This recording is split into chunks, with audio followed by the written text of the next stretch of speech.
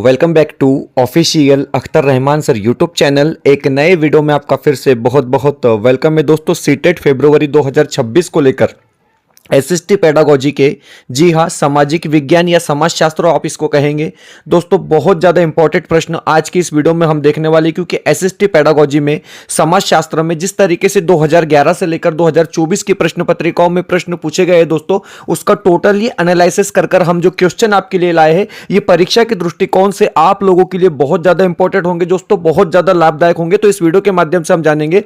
Video में आगे बढ़ने से पहले चैनल पे नए हो तो चैनल को सब्सक्राइब कीजिए, साथ ही साथ बेल नोटिफिकेशन को ऑन कीजिए ताकि आपको आने वाले वीडियोस के नोटिफिकेशन जो है वो आसानी से मिल पाए। और दोस्तों, अगर आप हमसे जुड़ना चाहते हो तो डिस्क्रिप्शन में जाकर आपको हमारे टेलीग्राम और व्हाट्सएप चैनल को ज्वाइन कर लेना है, जहां से आपको तमाम अपडेट वक्त वक्त पर देखने के लिए मिलेंगी। साथ ही साथ अगर आप हमारे चैनल की मेंबरशिप हासिल करना चाहते हो तो सिंपली ज्वाइन बटन को ज्वाइन कर क्या है दोस्तों, आप हमारे चैनल की मेंबरशिप हासिल कर सकते हो, जिससे क्या है आप हमारे सभी वीडियोस जो है वो बिल्कुल फ्री में देख पाओगे। तो वीडियो को प्लीज लाइक कर लेंगे, चैनल पे नए हो तो चैनल को सब्सक्राइब कर लेंगे। बढ़ते हैं पहले प्रश्न की तरफ। तो देखिए दोस्तों, यहां पर एसएसटी पेडागोजी को लेकर, समाजशास्त्र को लेकर एक एक जो प्रश्न होगा दोस्तों, वो दोनों ही पेपर के लिए बहुत ज्यादा इंपॉर्टेंट होने वाला है। पहला प्रश्न इस प्रकार पूछा गया है कि जुलू क्या है। अब देखिए, जुलू क्या है, इस प्रकार का प्रश्न आपको पूछा गया है और 4 विकल्प आपको यहां पर दिए गए दोस्तों। जिस तरीके से आप यहां पर देख सकते हैं कि दक्षिण अफ्रीका की एक भाषा है, दक्षिण अफ्रीका का राष्ट्रीय पशु है, दक्षिण अफ्रीका का एक पारंपरिक नृत्य है, या फिर दक्षिण अफ्रीका की एक जनजाति है। तो देखिए दोस्तों, जुलू क्या है, तो जुलू दोस्तों दक्षिण अफ्रीका की एक जनजाति भी हो जाती है और दक्षिण अफ्रीका की एक भाषा भी हो जाती है। अगर आप कहोगे दोस्तों कि यहां पर ऑप्शन 1 और ऑप्शन 4 दोनों सही होंगे, क्योंकि इसका स्पष्टीकरण भी हम आपके लिए यहां पर लेकर आए हैं। आप जिस तरीके से स्पष्टीकरण देख सकते हैं दोस्तों कि सही विकल्प डी दक्षिण अफ्रीका की एक जनजाति है और ए दक्षिण अफ्रीका की एक भाषा है। जुलू एक ही समय में एक जनजाति और एक भाषा दोनों का प्रतिनिधित्व करता है। तो इस प्रकार से क्या है दोस्तों, आप यहां पर स्पष्टीकरण भी देख सकते हैं। हम अगले प्रश्न की तरफ बढ़ेंगे। प्रश्न नंबर 2 पूछा गया है कि प्रश्न दूसरा यहां पर इस प्रकार बनता है कि भारतीय लोकतंत्र में कार्यपालिका का कार्य है। अब देखिए, कार्यपालिका असल में होती क्या है, कार्यपालिका का काम क्या है दोस्तों, इस प्रकार का प्रश्न जो है आपको यहां पर एसएसटी पेडागोजी के संदर्भ में पूछा गया है। चार पर्याय आपको यहां पर दिए गए कि संसद द्वारा बनाए गए कानूनों को लागू करे, दूसरा ऑप्शन बताया गया कि प्रधानमंत्री का चुनाव करे, तीसरा ऑप्शन दिया गया है कि राष्ट्रपति का चुनाव करे, या फिर कानून अधिनियमित। इस प्रकार आपको क्या है 4 विकल्प यहां पर दिए गए दोस्तों। और कार्यपालिका किसे कहते हैं या कार्यपालिका का कार्य क्या है, तो हम आपको बताएंगे दोस्तों कि संसद द्वारा बनाए गए कानूनों को लागू करे, ये क्या होगा, हमारा सही विकल्प रहेगा दोस्तों।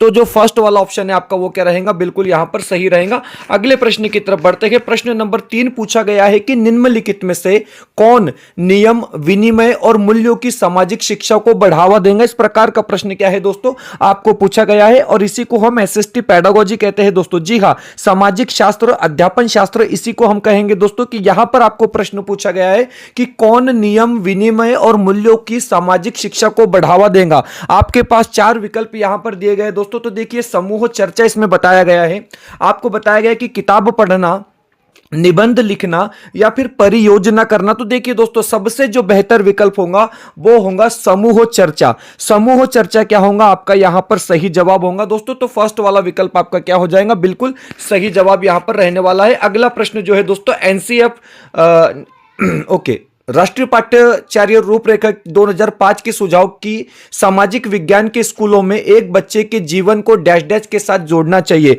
अब देखिए, एनसीएफ 2005 को लेकर प्रश्न पूछा गया है और प्रश्न इस प्रकार पूछा गया कि राष्ट्रीय पाठ्यचर्या की रूपरेखा 2005 का जो सुझाव है कि दोस्तों सामाजिक विज्ञान मतलब समाजशास्त्र मतलब एसएसटी स्कूल में एक बच्चे के जीवन को डैश डैश के साथ जोड़ना चाहिए। तो देखिए, बच्चे के जीवन को क्या है दोस्तों, कक्षा के बाहर के जीवन के साथ जोड़ना चाहिए। ये वाला विकल्प आपका क्या रहेगा, सही रहेगा, क्योंकि समाजशास्त्र या किसी भी विषय में यही बताया जाता है कि कक्षा के अंदर के जीवन से नहीं, कक्षा के बाहर के जीवन से भी जो है हमने बच्चों को जोड़ना है। तो आपका बी वाला विकल्प क्या रहेगा दोस्तों, यहां पर बिल्कुल सही रहेगा। हम अगले प्रश्न की तरफ बढ़ेंगे। प्रश्न नंबर 5 पूछा गया है कि देखेंगे आपकी जैन और बौद्ध दोनों भिक्षुओं के लिए सबसे पहले विहार बने थे। अब देखिए दोस्तों, आप लोगों ने इनके बारे में बहुत बार पढ़ा भी होगा। और यहां पर प्रश्न किस प्रकार पूछा जाता है, क्योंकि क्वेश्चन जो है दोस्तों किसी भी तरीके से बन सकते हैं।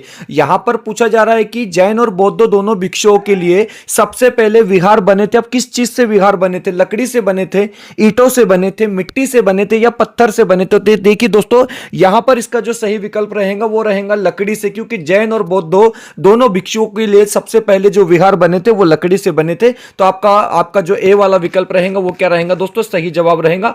अगला जो प्रश्न यहां पर आपको पूछा गया है कि निम्नलिखित में से किस वस्तु को कोलिको के नाम से जाना जाता है, जिसे पुर्तगालियों द्वारा भारत से यूरोप वापस ले जाया गया था? इस प्रकार का प्रश्न क्या है आपसे यहां पर पूछा गया है और 4 विकल्प आपको यहां पर बताए गए दोस्तों। अब देखिए, यहां पर आपको बताया गया कि कोलिको के नाम से जाना जाता है, जिसे पुर्तगालियों द्वारा भारत से यूरोप वापस ले जाया गया था। वो चीज क्या है? मसाले नहीं होगा। मुझे पता है बहुत से बच्चे मसाले यहां पर क्या है उत्तर लगाते, तो मसाले नहीं होगा।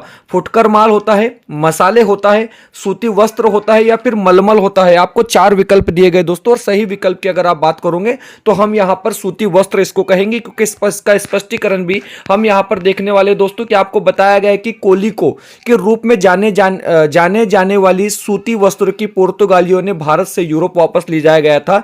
कोलिको को कपास के रेशों से बने एक बिना की पके अधूरे कपड़े को संदर्भित करता है। तो इस प्रकार क्या है दोस्तों, इसका स्पष्टीकरण भी हम यहां पर देख सकते हैं, क्योंकि मैं आपको बता रहा हूं दोस्तों एसएसटी पेडागोजी के लिए आपके लिए एक एक प्रश्न जो होगा यहां पर बहुत ज्यादा इंपॉर्टेंट होगा, क्योंकि जिस प्रकार के प्रश्न पूछे जाते हैं दोस्तों 20 क्वेश्चन हम आपके सामने लेकर आते हैं, लेकिन 100 से ज्यादा प्रश्नों को यहां पर ऑब्जर्वेशन करके दोस्तों आप लोगों के लिए परफेक्ट 20 क्वेश्चन हम लेकर आते हैं। वीडियो को लाइक कर देंगे दोस्तों, चैनल को सब्सक्राइब कर लेंगे। प्रश्न पूछा गया है कि प्रश्न इस प्रकार पूछा गया है कि एक ऐतिहासिक आख्यान का चयन करते समय निम्नलिखित में से किस उद्देश्य पर विचार किया जाना चाहिए? फिर से एक बार क्या है, एसएसटी पेडागोजी को लेकर आपको प्रश्न पूछा गया है दोस्तों कि एक ऐतिहासिक आख्यान का चयन करते समय निम्नलिखित में से किस उद्देश्य पर विचार किया जाना चाहिए? तो देखिए, आपको यहां पर 4 विकल्प बताए गए दोस्तों। मूल्यपूर्वक निर्णय प्रदान करना, आपको बताया गया है कि लोकप्रिय घटनाओं पर प्रकाश डालना, प्रसिद्ध व्यक्तियों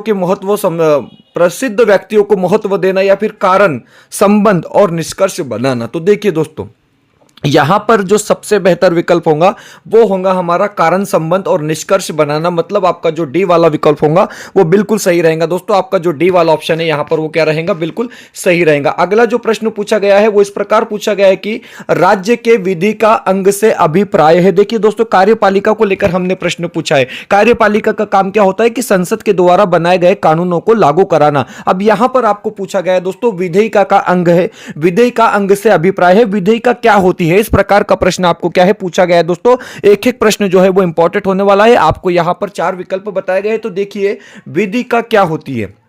नौकरशाह कानूनों को लागू करने के लिए जिम्मेदार, सर्वोच्च न्यायालय के न्यायाधीश होते हैं, नागरिकों के निर्वाचित प्रतिनिधि होते हैं, या फिर देश का प्रत्येक नागरिक होता है। तो देखिए दोस्तों, आपको पूछा गया कि राज्य के विधेयिका अंग से अभिप्राय क्या होता है? तो अभिप्राय होता है दोस्तों नागरिकों के निर्वाचित प्रतिनिधि, मतलब आपका जो सी वाला ऑप्शन रहेगा, आपका जो सी वाला विकल्प रहेगा दोस्तों वो क्या रहेगा? बिल्कुल परफेक्ट यहां पर क्या है होने वाला है। इसका स्पष्टीकरण भी आप देख सकते हैं कि राज्य का विधेयिका अंग नागरिकों के निर्वाचित प्रतिनिधियों को संदर्भित करता है। एक विधेयिका का एक विधानसभा है जिसे किसी देश या शहर जैसे राजनीतिक प्रवेश के लिए नियम बनाने का अधिकार होता है। इस प्रकार क्या है स्पष्टीकरण भी यहां दिया गया है।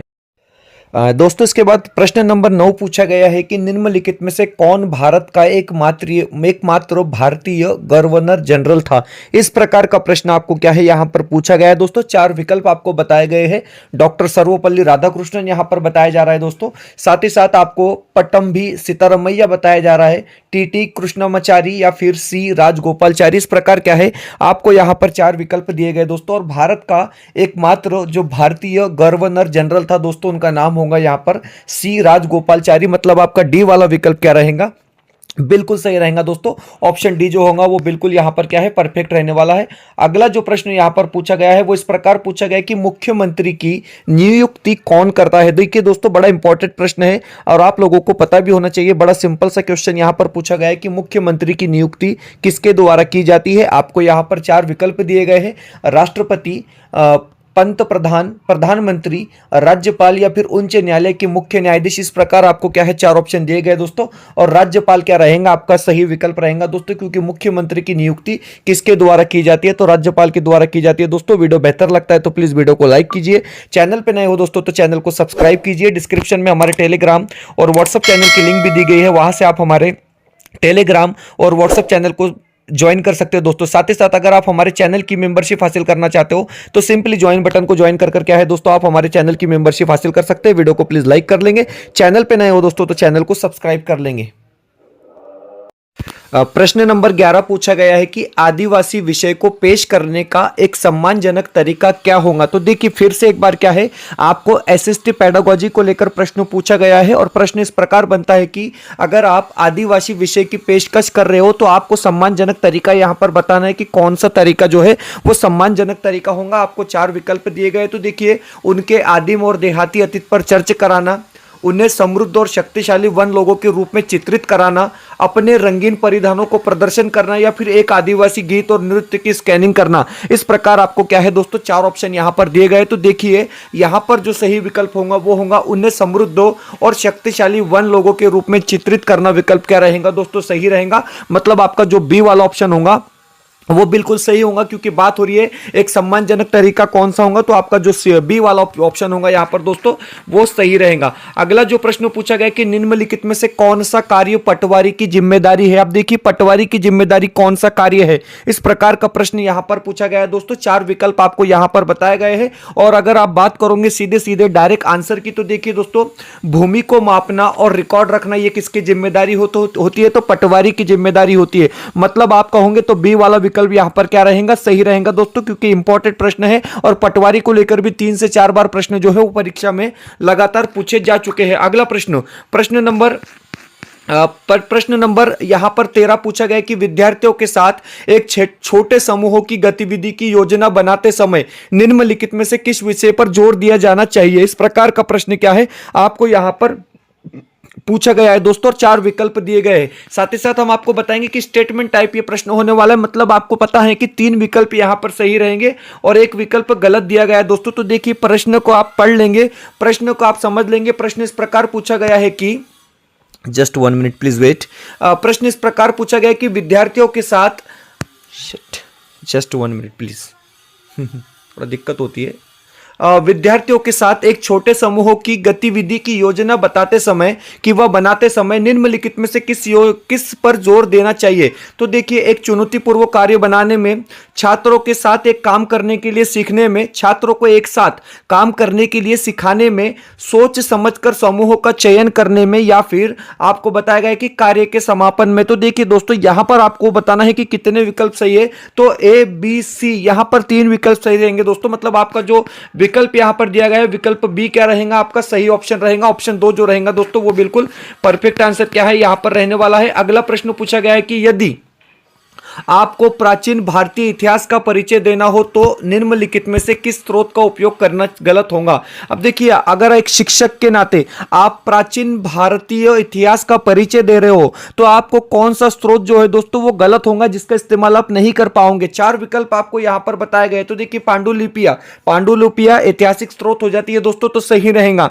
आपको क्या है यहां पर गलत वाले विकल्प का चयन करना है। गुफा चित्रों इस इतिहास से संबंधित है, साथ ही साथ लघु चित्रों और शिलालेख, तो शिलालेख भी दो है दोस्तों इसमें आ जाएगा, लेकिन लघु चित्र यहां पर नहीं होगा। मतलब आपका जो सी वाला विकल्प रहेगा दोस्तों वो क्या रहेगा, बिल्कुल सही रहेगा। अगला जो प्रश्न पूछा गया दोस्तों ये सभी सब्जेक्ट में आपको इंपॉर्टेंट है ये सब्जेक्ट, क्योंकि ओपन बुक मूल्यांकन को लेकर प्रश्न पूछा जाता है दोस्तों, डेफिनेटली पूछा जाता है। यहां पर प्रश्न पूछा गया कि ओपन बुक मूल्यांकन का मुख्य उद्देश्य क्या है। तो देखिए आपको बताना है कि ओपन बुक मूल्यांकन का जो मुख्य उद्देश्य है वो क्या होता है। विकल्प दिए गए, छात्र पाठ्य पुस्तक के अनुसार सटीक उत्तर दे सकते हैं। आपको बताया गया कि छात्रों को सभी तथ्यों और विवरणों को याद रखने के लिए बोझ महसूस करने की आवश्यकता नहीं है। तो देखिए दूसरा विकल्प बिल्कुल परफेक्ट लग रहा है मुझे। नए प्रश्न तैयार करने के लिए शिक्षकों को अतिरिक्त दबाव से गुजरना नहीं पड़ता है, या फिर छात्रों को अतिरिक्त किताबें पढ़ने की जरूरत नहीं है। इस प्रकार आपको क्या है 4 विकल्प दिए गए हैं। और ओपन बुक मूल्यांकन का मुख्य जो उद्देश्य होता है दोस्तों वो होता है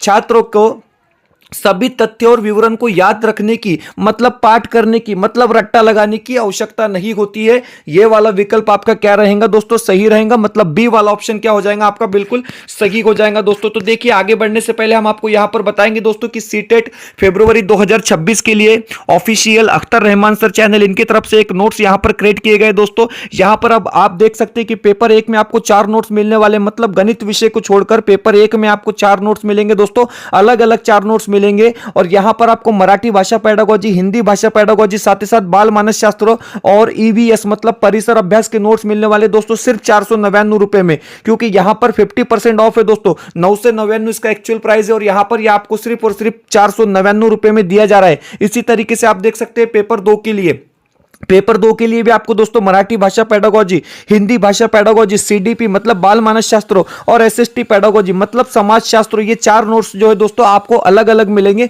और सिर्फ 499 रुपए में मिलेंगे पीडीएफ नोट्स। क्योंकि यहां पर जो है दोस्तों 50% ऑफ हमने रखा और दोनों पेपर अगर आप लेना चाहते हो दोस्तों तो दोनों पेपर के सभी नोट्स आपको सिर्फ और सिर्फ 599 रुपए में यहां पर दिए जाएंगे। स्क्रीन पर एक व्हाट्सअप नंबर दिया गया है, इस नंबर पर अभी व्हाट्सअप कर दोस्तों आप इसको परचेस कर सकते हैं, क्योंकि परीक्षा में अभी भी 1.5 महीने का वक्त बाकी है। और हम आपको बता रहे दोस्तों कि एनसीईआरटी के हिसाब से हमने ये नोट्स यहां पर बनाए हैं और मैं आपको बता रहा हूं कि इस नोट्स को पढ़कर दोस्तों आप आराम से जो है सीटेट में 100+ करेंगे, मतलब 100+ मार्क्स आप जरूर यहां पर लेकर आएंगे दोस्तों। क्योंकि परीक्षा में अभी भी 1.5 महीने का वक्त बचा है, तो ज्यादा वक्त अपना खराब ना करते हुए अभी इसको परचेस कर लेंगे दोस्तों। तुरंत इस नंबर पर व्हाट्सअप कर क्या है आप और इंफॉर्मेशन ले सकते हो। हम बढ़ते हैं अगले प्रश्न की तरफ, प्रश्न नंबर 16। अब देखिए 16वां जो प्रश्न है वो इस प्रकार यहां पर बनता है कि 16वां प्रश्न पूछा गया है कि सामाजिक विज्ञान में आकलन को किस पर जोर देना चाहिए। तो देखिए दोस्तों फिर से क्या है, एसएसटी पेडागोजी को लेकर प्रश्न पूछा गया है कि समाज शास्त्र को, सामाजिक विज्ञान को आकलन, सामाजिक विज्ञान के आकलन में किस पर जोर देना चाहिए। आपको 4 विकल्प यहां पर बताए गए हैं।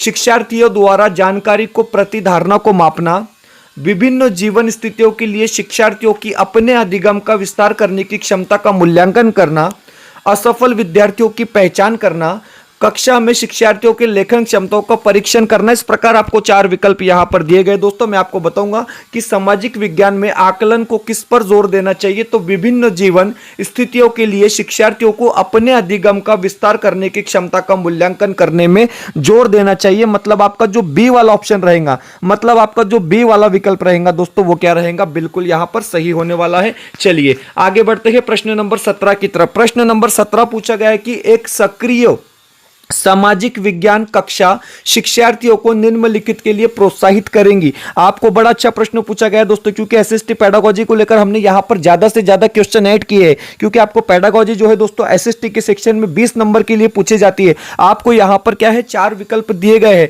तो देखिए अगर आप बात करोगे दोस्तों यहां पर सही विकल्प की, तो देखिए व्याख्यान सुने और जो साझा किया जा रहा है उस पर भरोसा करें।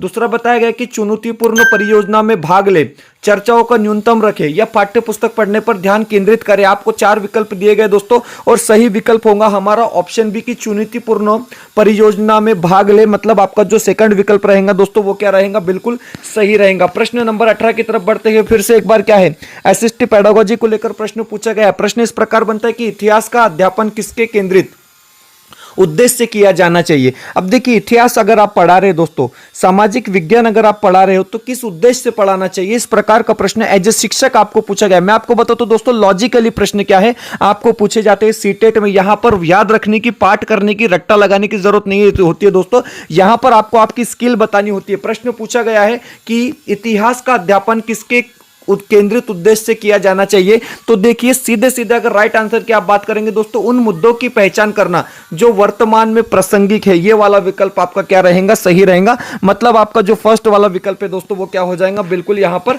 परफेक्ट आंसर हो जाएगा। चलिए अगला जो प्रश्न यहां पर पूछा गया है, आप देखिए यह प्रश्न ज्योग्राफी से रिलेटेड प्रश्न होने वाला है। प्रश्न बनता है कि भारत में विश्व दिन किस दिन पड़ता है। तो देखिए आप लोगों को बड़ा अच्छा प्रश्न पूछा गया दोस्तों कि विश्व दिन किस दिन पड़ता है। मतलब विश्व ऋतु में जिस दिन सूरज होता है दोस्तों उसको विश्व दिन कहते हैं हम, और वो कब होता है, तो वो होता है 21 मार्च और 23 सितंबर को। मतलब आपका जो डी वाला विकल्प रहेगा दोस्तों वो क्या रहेगा, सही रहेगा, क्योंकि ये गोला होता है, यहां पर जो बीच की लाइन होती है दोस्तों उसको हम विश्ववृत्त कहते हैं और इस पर सूरज कब आता है, तो 21 मार्च को आता है और 23 सितंबर को आता है दोस्तों। तो आपका जो डी वाला ऑप्शन होगा वो बिल्कुल यहां पर क्या होगा, सही होगा। चलिए अगला जो प्रश्न पूछा गया है दोस्तों, प्रश्न नंबर 20 पूछा गया है कि ग्लोब पर सबसे लंबा अक्षांश कौन सा है। तो देखिए दोस्तों फिर से उसी प्रकार का प्रश्न आपको क्या है पूछा गया है कि ग्लोब पर सबसे लंबा अक्षांश कौन सा है। तो देखिए भूमध्य रेखा हमारा यहां पर क्या होगा, सही विकल्प होगा। दोस्तों इसका स्पष्टीकरण थोड़ा सा हम यहां पर देख लेंगे, क्योंकि भूमध्य रेखा क्या होती है हम आपको यहां पर बताएंगे दोस्तों, एक्सप्लेन देंगे हम आपको। ठीक है, आप इसको पढ़ सकते हैं, आप इसको देख सकते हैं कि यहां पर बताया गया है कि भूमध्य रेखा मतलब इक्वेटर ग्लोब पर सबसे लंबी अक्षांश रेखा है। ओके, यह शून्य अक्षांश पर स्थित एक काल्पनिक वृत्त है जो पृथ्वी को उत्तरी और दक्षिण गोलार्ध में विभाजित करती है। ओके, भूमध्य रेखा को पृथ्वी का सबसे बड़ा वृत्त ग्रेट सर्कल भी कहा जाता है, क्योंकि यह पृथ्वी की सबसे चौड़ी परिधि पर स्थित है। जैसे जैसे हम भूमध्य रेखा से दूर की ओर बढ़ते हैं दोस्तों, उत्तर या दक्षिण जाते हैं, तो अक्षांश रेखा की लंबाई घटती जाती है। इस प्रकार क्या है, आप भूमध्य रेखा को लेकर दोस्तों यहां पर स्पष्टीकरण भी देख सकते हैं। और क्वेश्चन सेट की अगर आप बात करेंगे दोस्तों, तो देखिए यहां पर हमने जो प्रश्न पत्रिका तैयार की है, एक गेसिंग प्रश्न पत्रिका है दोस्तों, या आप कहेंगे एक प्रैक्टिस क्वेश्चन सेट जिस प्रकार होते हैं, यहां पर हमने परचेस किए दोस्तों। तो क्योंकि नोट्स अलग हो जाते हैं, क्वेश्चन सेट अलग हो जाते हैं, नोट्स पढ़ने के बाद हमको प्रैक्टिस करनी होती है दोस्तों, वो प्रैक्टिस सेट हमारे पास है। तो करीब करीब 60 क्वेश्चन सेट हमारे पास अवेलेबल है दोस्तों, जिसमें पेपर 1 के लिए आपको मराठी के 10, हिंदी के 10, सीडीपी के 10 और परिसर अभ्यास के 10, टोटल 40 क्वेश्चन सेट है दोस्तों, जो सिर्फ और सिर्फ आपको 399 रुपए में यहां पर दिए जा रहे। पेपर 1 की अगर आप बात करोगे, साथ ही साथ पेपर 2 के लिए मराठी के 10, हिंदी के 10 और बाल मानस शास्त्र के 10, तो टोटल 30 क्वेश्चन सेट है दोस्तों पेपर 2 के लिए हमारे पास। बाकी सामाजिक शास्त्र का और गणित का काम चल रहा है, तो ये 299 रुपए में आपको मिलेंगे। और टोटल 60 क्वेश्चन सेट के जितने स्क्रीन पर है दोस्तों, ये सारे के सारे क्वेश्चन सेट अगर आप लेना चाहते हैं पेपर 1 और पेपर 2 के लिए, मतलब 60 क्वेश्चन सेट, ये सिर्फ और सिर्फ आपको 499 रुपए में मिलने वाले दोस्तों। अभी कांटेक्ट कर क्या है, आप इसको परचेस कर लेंगे। मैं आपको बता रहा हूं 1.5 महीना है परीक्षा में दोस्तों, 500-1000 रुपए खर्चा करने से कुछ नहीं होगा, क्योंकि हमारे जो वीडियोस है वो बिल्कुल आप लोगों के लिए फ्री है। वीडियोस के हम पैसे नहीं लेते, क्लास के पैसे हम नहीं लेते दोस्तों, सिर्फ हमारे जो नोट्स होते हैं और जो हमारे क्वेश्चन होते हैं दोस्तों, बड़ी मेहनत से हमने इसको बनाया है, उसी का चार्ज हम आपसे लेते हैं दोस्तों। बाकी इसके अलावा 1 रुपया भी हम आपसे नहीं लेते। वीडियोस आप लोगों के लिए बिल्कुल फ्री रहने वाले, और जितने भी यहां पर बच्चे देख रहे हैं दोस्तों, वो बिल्कुल इस तरीके से क्वेश्चन सेट से प्रैक्टिस करेंगे। तो मैं आपको बता रहा हूं कि पेपर आप लोगों के लिए कैसा होगा, तो बड़ा आसान होने वाला है, ये बात को आप याद रखेंगे। मिलते हैं नए वीडियो में बेहतर अपडेट के साथ।